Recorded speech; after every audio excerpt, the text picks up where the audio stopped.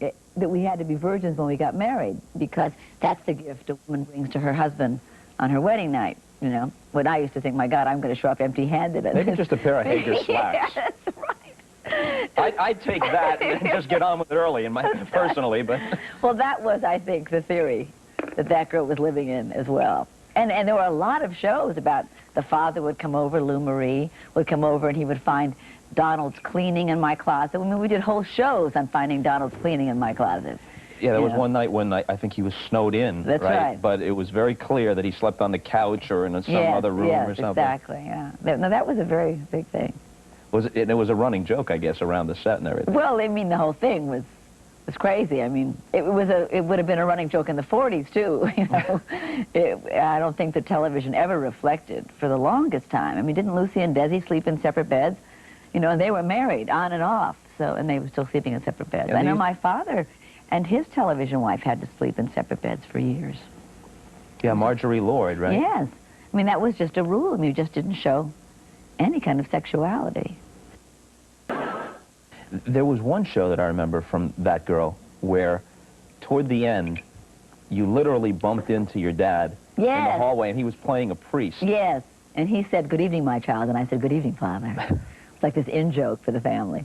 That was a show that we had done for my sister. My sister was going to be a singer at that time before she got married and had a family, and so we did a show about her as a singing nun.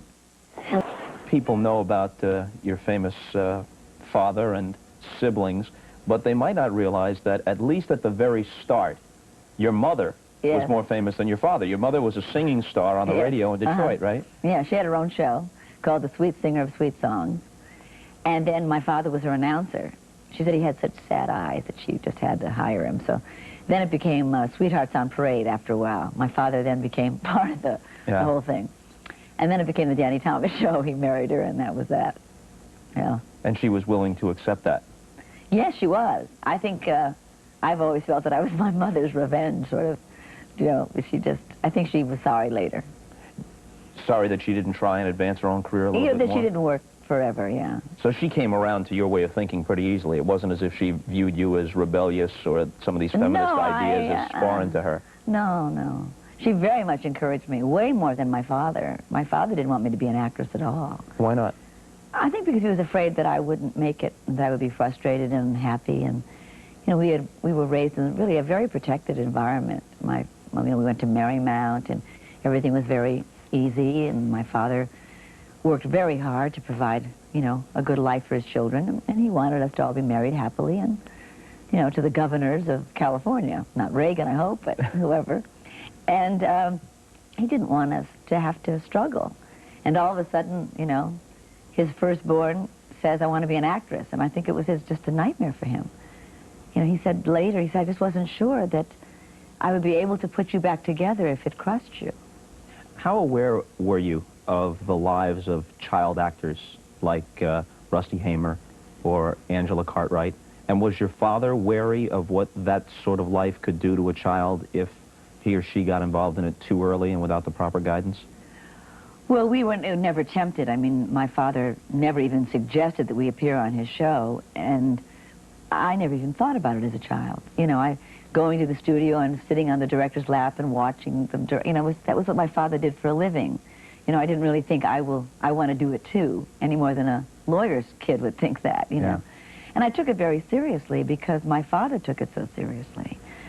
Some of my earliest, happiest memories really are when my father would come back off the road in the early days of his career when he traveled in nightclubs. And I would hear the reel-to-reel tape going in my father's study, and I would come down maybe at 2 o'clock in the morning, and he would be there, you know, running his act. He would, you know, run the tape when he was on the stage. And my nickname was Muggsy, and he'd say, "You see, Muggsy, they're laughing too much here. You see, I'll put a little song here," and he'd play it back. He'd say, "This isn't any good. No, they don't like this. I'm going to put this. I'm going to do the whoopee routine here." And he would redo his act on the tape and show me how he was going to change it for the next club that he went to. And he had such great respect for the audience. And he would laugh at something, and I would laugh at the tape, too, and he'd get a kick that I laughed at it, and he would tell me why something was good or it wasn't good. And it had a lot to do with how the audience enjoyed it, if the audience was getting tired. You can't tire them out like this, Muggsy. No, I can't. This has got to come out. Got to put a little song here. See, they don't like this. See here, they're getting a little nervous here. And he really had respect for them. And I do too. One thing that you obviously have in common, even though you might be a little bit different politically, he was a person who, from early on, wanted to be involved, and his work with the St. Jude's Hospital is well known. Did he pass some of that on to you, that consciousness, this sort of to be socially involved? I think it comes from him, sure. I think the idea of being involved is kind of, I've always thought that the world is sort of separated into two halves. Those people who stop at a traffic accident and those that don't. And my father was a man who stopped at a traffic accident. In fact, I also remember at a very young age him stopping because some little boys were fighting and bullying one other little boy. And he jumped out of the car, and I was really afraid. He said, "Oh, Daddy, don't, you know." And he jumped out of the car, and he, you know, got in the middle. "I hate a bully," you know, and he carried on. And he was always like that. He was always stopping a fight or stopping at a traffic accident. We would stop on the highway, and he'd jump out, and he'd say, "Can I help? Should I call? You know, can I help? Can I do anything?" He was always like that. And I think that my sister and brother and I got that from him. That, you know, there are a lot of traffic accidents in life. Some of them are called civil rights, you know, some of them are called women's rights, some of them are called homeless. They're called a lot of things. And you stop because they're there on the highway, you know. And I think that comes from him. When you see her, say a prayer and kiss your heart goodbye. She's trouble in the woods, get closer to the fire. Run faster, her laughter burns you up inside. You're spinning round and round, you can't get up, you try but you can.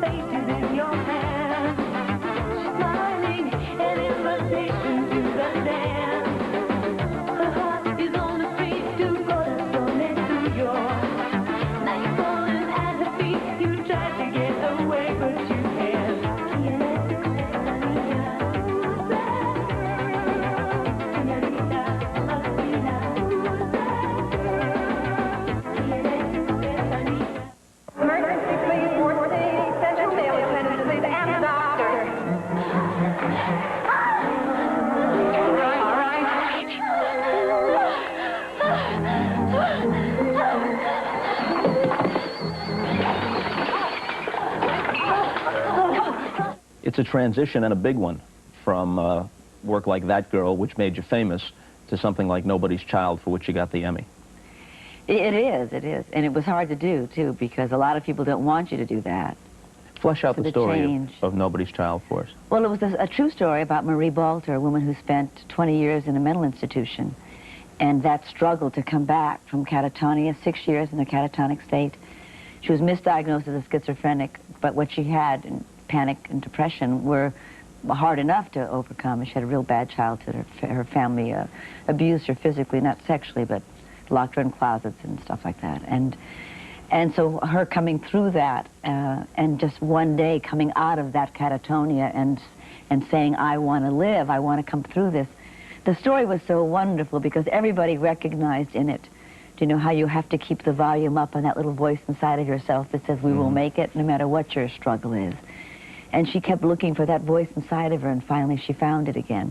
And now she's running several of the wards in that very same hospital. So she's a total success story.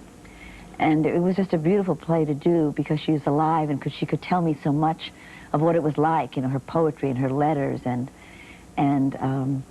everything that happened to her during that time, and her nightmares, her dreams, you know, what she had gone through. On the other hand, you must have had a lot of anxiety, hoping that not only would audiences like it, but that most importantly, that she would approve of this characterization of her. Yeah, it was scary having her watch it. But she said when she saw it, she said, "It's me. It's definitely me." I want to sign up for a class, but I don't have any money. You better know this, I've been a mental patient most of my life. I'm still on medication, and I probably always will be. But I'm living on the outside now, and that's where I'm going to stay. But I need more than food and a roof over my head. I want to be completely self-reliant. I have a good mind, and I'm ready to work hard. I want a college education. And I'll use it well, but state rehab won't help me. They don't think I can make it. But a lot of people didn't think I could make it this far. I know I can do it. I just need some help. Please help me. Please don't lock me out. Just... Listen, why don't you just have a seat, and we'll see what we can do.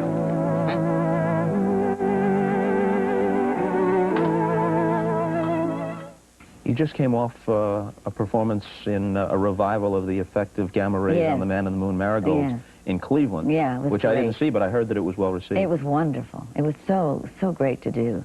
They were doing a revival of it. That's where it was originated 20 years ago, and it won the Pulitzer Prize when it came to New York. It was just great to do. And the Cleveland Playhouse is fabulous. It's a regional theater. It's about, I think, one of the top 5 in the country. It's run by a woman named Josie Abbott. If you ever get a chance to go there, you should, because they're very serious about the work. The audience comes expecting really good plays. I was amazed at how much is in Cleveland. I've loved it there. People will have another chance to see you in a dramatic role coming up on January 13th on ABC in the TV movie Held Hostage, which is the story of Jerry Levin, who was the Beirut bureau chief for CNN and was taken hostage. Right, and his wife. I play his wife, Sis. Yeah. And she got him out. It's interesting now with all these hostage stories that the wives today have gone back to the Mideast to try to get their husbands out. But when their husbands out of the Mideast. But when Sis Levin did it, no one had ever done that, and it was a very frightening thought, because the State Department told her that she could get her husband killed. In fact, she had gone to see Sublani, who was the right-hand man to Nabi Berry, and when she came back, the State Department said, you might have gotten your husband killed just because one of the other factions might have wanted to make Nabi Berry look bad. And so they kept her very quiet. They just said, you know, you better keep quiet and let us work through quiet diplomacy channels. And she did for several months. Didn't she make repeated efforts to get in touch with then Secretary of State George Shultz? Yes. Yeah, she couldn't get any higher than the low-level guys. So no one even called her to say something like the following: we can't tell you anything about what we're attempting to do, but we want to stay in touch with you, if only to let you know that you're in our thoughts and we're trying and we understand the circumstance you're in. Well, she went to the State Department and they did say, we can't tell you. We're doing something, but we can't tell you. And that's when she said, well, tell me and throw away the key, but just let me know that you're really doing something. How do I know you're doing anything? And they said, we can't tell you. So then she went over herself, and through her own efforts, she did get him out. It just seems to me that she's more of a friend of the terrorists. Sir, I'm a victim of terrorists, not a friend. I abhor what they have done. Our administration has declared a war against terrorism, and Jerry and the others are prisoners of that war. There is nothing dishonorable about exchanging prisoners of war. So how is it you don't hate these men that are holding your husband? I'm afraid I don't have that luxury. And besides, bitterness has never advanced us one proper inch toward peace. Yes, ma'am. These people are our sworn enemies. How can you suggest that we talk to them? They hate us. How can we do that? Well, we don't need to talk peace with our friends. We need to talk peace with our enemies. That's a pretty good... A moment, a conversation. It shouldn't... We were off there, and I want to say you are loving and generous, and you like women, and it's a pleasure. And whoever is the woman in your life is very lucky. Well, thank you very much. What effect do you have, directly or indirectly, on the content of your husband Phil's programs? If you said to him, you know, here's an issue that you should do, could it be on a week from Tuesday? If he liked it. I mean, you know, he has to like it. But I mean, it's irresistible to suggest shows to Phil.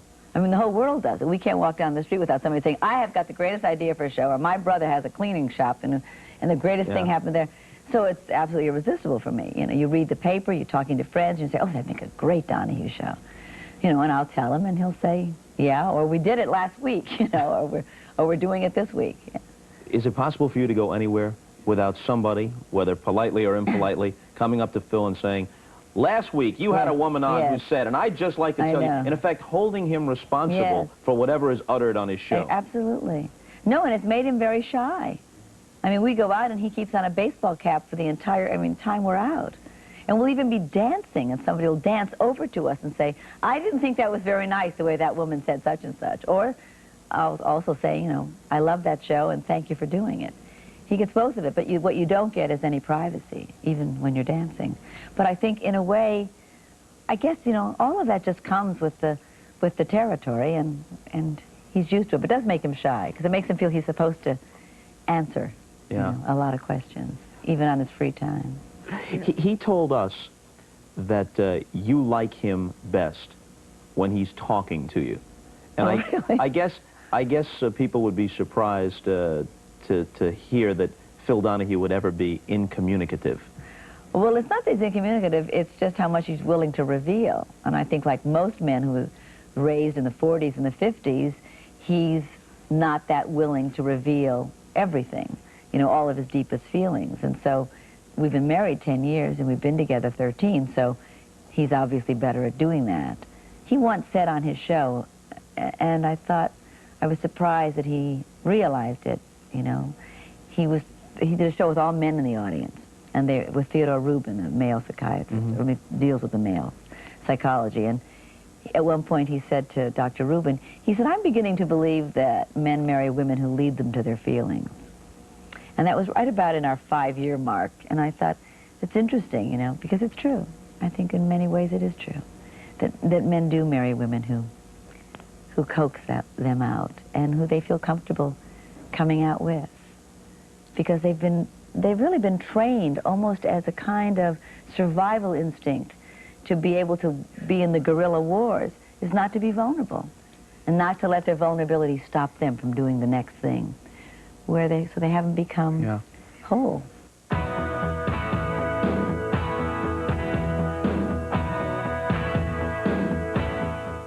Thomas in Held Hostage, the Sis and Jerry Levin story. And until next time, we'll see you later.